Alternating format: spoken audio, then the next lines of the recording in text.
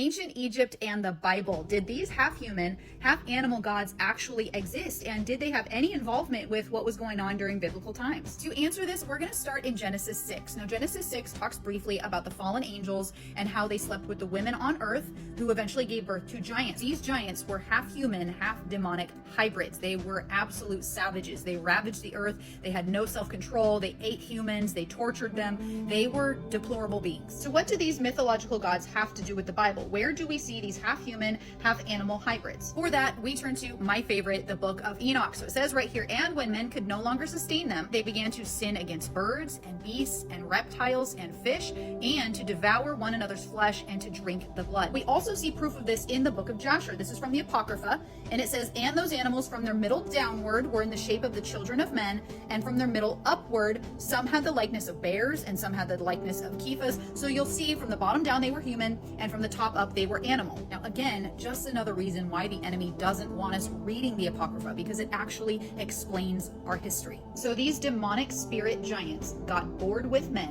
and started to breed with animals, which gave birth to these half human, half animal demonic hybrids. Now, the Bible is very clear that the fallen angels gave man knowledge that we were not supposed to have. It was from the enemy. So because these beings were from that lineage of the fallen angels, they also had that knowledge. It was knowledge about astrology, about witchcraft, combined with their size, combined with the fact that they're literally half human, half animal. The people of the time around them, they started to worship them as gods. Now, this is where it gets really interesting. This is from the Apocrypha as well. So it says, the sons of men in those days took from the cattle of the earth, the beasts of the field, and the fowls in the air, and taught the mixture of animals of one species with the other. They were just literally mixing them together in order to provoke the Lord. Why would Satan, why would the enemy want to provoke the Lord? What was the intention here? For this, we go back to the book of Genesis. This is in chapter 3. This is after Satan had tempted Eve, and this is the Lord speaking. And he says, and I will put enmity between you and the woman, and between your offspring and hers, and he will crush your head, and you will strike his heel. This is the root of everything.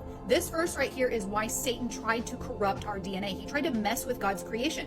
God literally told him, he goes, look, Satan, there's going to come somebody from the lineage of Eve. There's going to come a descendant of Eve that will take you out. So Satan goes, okay, well, that means I need to take out God's creation. I need to mess with the DNA so that doesn't happen. He was trying to ensure that Jesus was never born. We see these beings all over history. All over history. There's records of half human, half animal hybrids. You have to do some serious digging, but you can find some crazy stuff. Now, what's fascinating is the Sphinx was actually erected just prior to the flood.